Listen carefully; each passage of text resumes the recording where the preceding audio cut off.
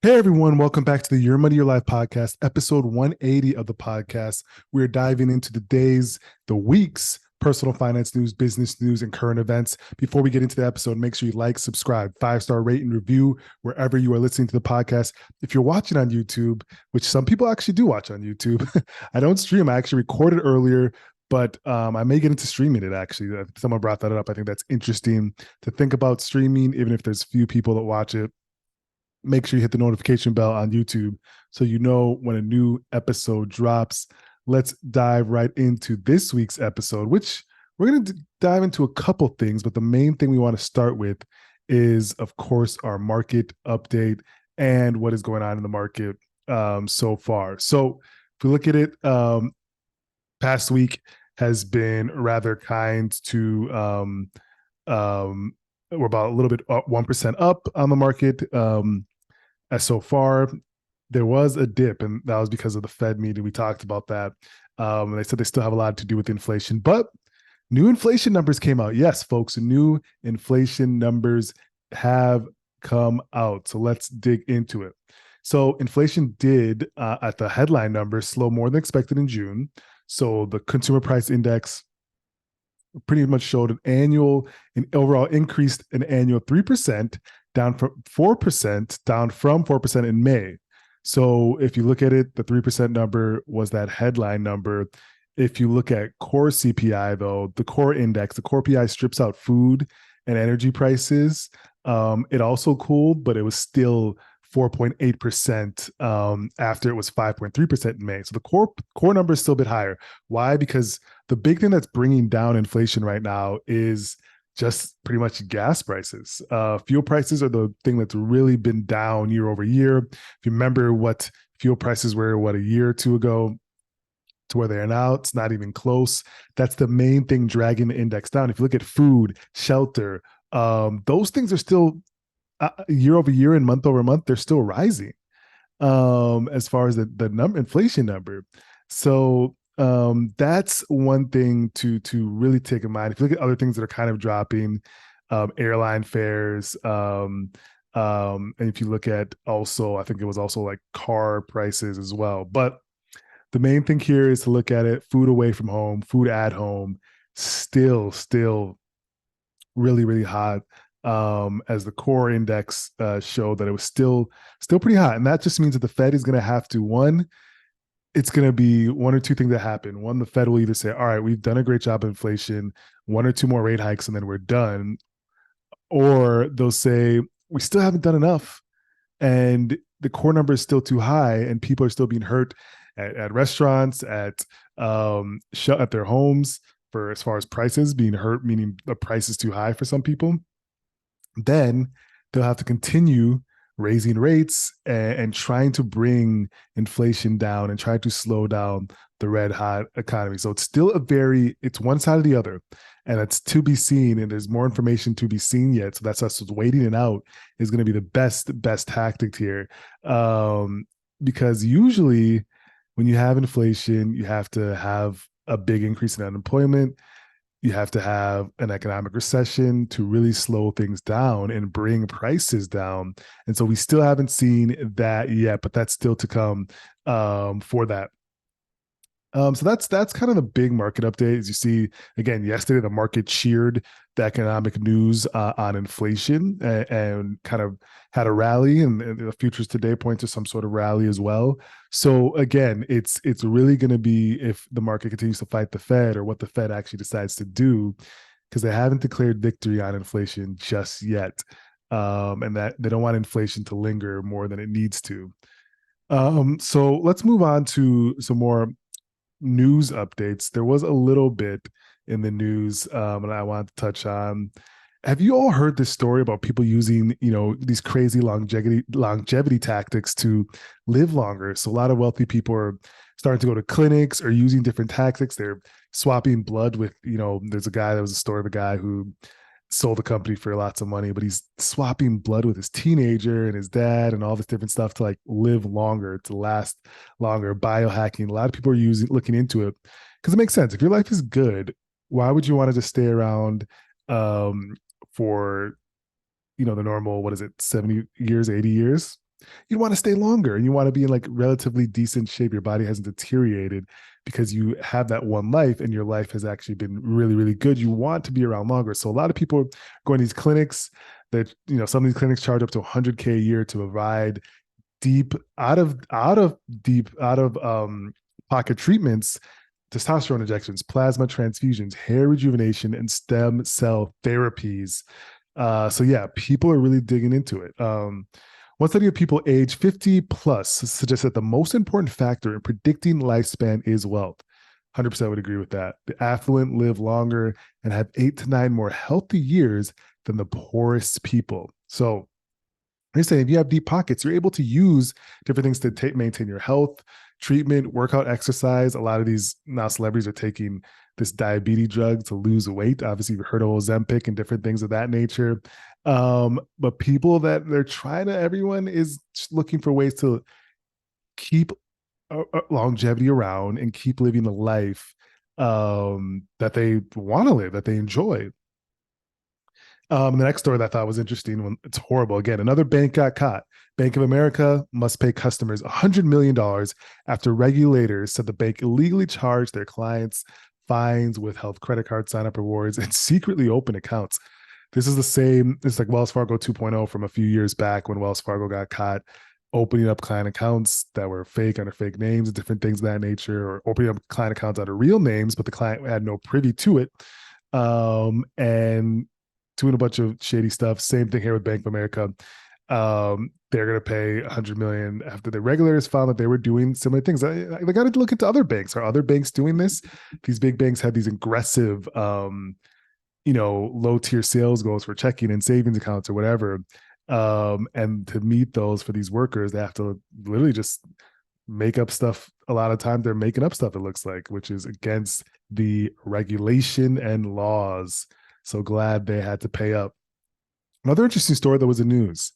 Sarah Silverman, who's like an actress, comedian, she's suing OpenAI, which is the proprietor of ChatGPT, and Meta. And she's saying that they infringe on her copyrights of her book because the ChatGPT program language model was pulling illegally pulling from her book experts and and spitting out answers to people that would look for answers in chat gpt. So the lawsuit claims that summaries of her work that chat gpt churned out when it was prompted, as well as documenting trails suggesting that it was trained on a shadow library site called the Pile. Interesting. So I think it's a class. This is a class. It might be a class action lawsuit that she's leading and being the front face for. But yeah, this is going to be a thing. I think we talked about last time. A lot of data for these language models, for these artificial intelligence tools, are being scraped from the internet. They use our data. If you have a whole bunch of data from a large amount of people, that's valuable, right? Like we talked about last time. Your one piece of information probably isn't that valuable, but the congruent, the ability to have a whole bunch of collectible of data and train a computer to be able to use that data incredibly efficiently, more than any human brain could, times a million. That's very valuable. And so scraping of this data, meaning these language models scraping the data from the internet, from social media companies, from books, is obviously going to be something that's going to be contested in courts for a while, because that's data that someone has to pay for. Your data does have a value, and it's in it when it's compiled with other people, and that's something that companies pay a lot of money for. So is it right that these language models are scraping it and taking it for their use? No, I don't think so. So that's something to watch out for. Whoa, that's some interesting news. Goldman Sachs says that India's economy will surpass the US's by 2075. Interesting. Hopefully that hasn't happened, but that's quite interesting to see. More news. We did talk about inflation already. I did see another story, interesting one. The FDA has approved its first U.S. over-the-counter birth control pill. So over-the-counter pill. The Food and Drug Administration said on Thursday that it approved a birth control pill to be sold without a prescription for the first time in the United States. This is a milestone that could significantly expand access to contraception. The medication is called Opill. It will become the most effective birth control method available over the counter. The pills manufacturer is Perrigo Company. It's based in Dublin, Ireland. And it said it'll be available in stores online in 2024. They don't know how much it's going to cost just yet, but that's pretty big news. It's going to be available for, again, really access to birth control and certain those things is definitely, of course, needed for family planning, and so that's going to be huge for people that need that down the line. So that's a huge news. And we talked about the market. That really people are really looking at it now very optimistic out of a soft landing. Remember, the scenario of a soft landing is really hard to get, meaning the Fed slows down the economy but not sends it to a grinding halt. That soft landing thing was really something that we never thought we could see, and it's still not the highest probability, but there's something there. There's something there, so folks, keep an eye on that. I like this story. Shopify is now putting a price tag on meetings. When I worked in corporate, obviously I don't anymore. Um, there was so much time, and I know, of course, people that do. If you're listening to this and you do, there's a lot of time wasted spent on useless meetings because people just like to talk just to talk. When a text, email could do. I'm a proponent of don't text it, don't call me, text me, unless you set up a call with me. You can't just ring me up. I ain't gonna answer.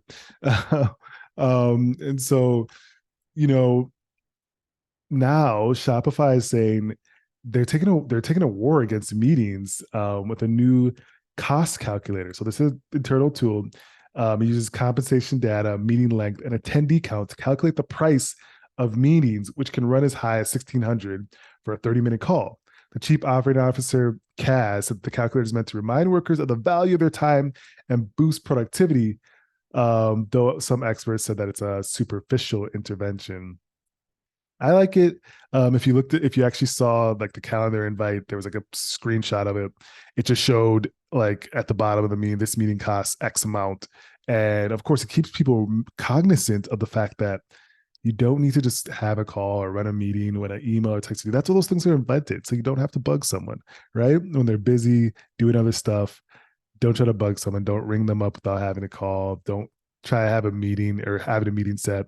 Don't have a meeting when you know you don't need to, because you're wasting productivity that could be spent doing a bunch of other things. So I think it's an interesting idea. We'll see if other companies adopt it. I think they will, because there is a lot of money wasted on meetings, ladies and gentlemen. And you know it. You and I know it. Last story, current news. Apple is debuting its low key. Did they use that word or someone else? The reporters use that low key iOS 17 beta. So Apple released a beta version of iOS 17 ahead of the official rollout this fall. They haven't done the beta version before. They usually just roll it out, but now they're doing some beta version, which I don't even know how you can get access to.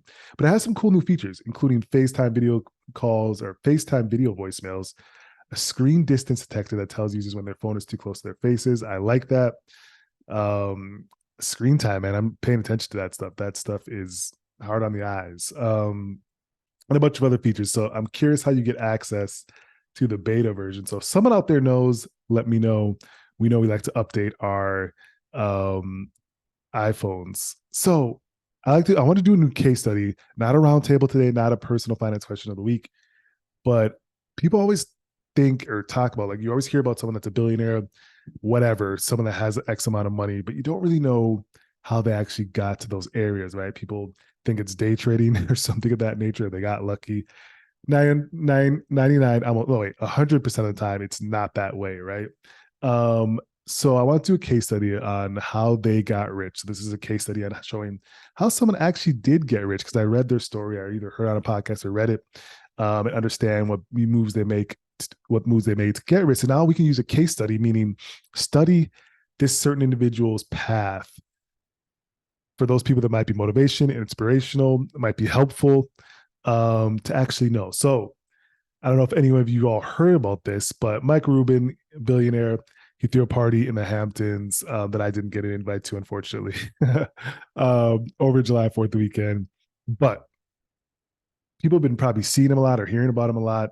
He didn't just pop up. He's been kind of obviously grinding and making money and crushing in the business world for a while. heard him on a podcast a couple of years ago or something of that nature. But it was super interesting story of his, of how he got rich. And there's a lot more nuance, a lot more stuff in it. But the high levels I wanted to go over with people.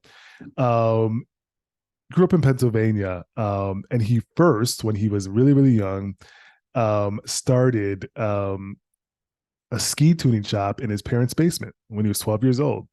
He 2 years later, using 2,500 in bar mitzvah gifts as seed capital, and a lease signed by his father, he opened up a ski shop. So it was 14, folks, 14 when he opened up a ski shop. At 16, there was no snow. The winter was bad, so he saw his sales pretty much diminishing, and he was in a lot of debt. He talked about it on this podcast. He had creditors, people were suing him.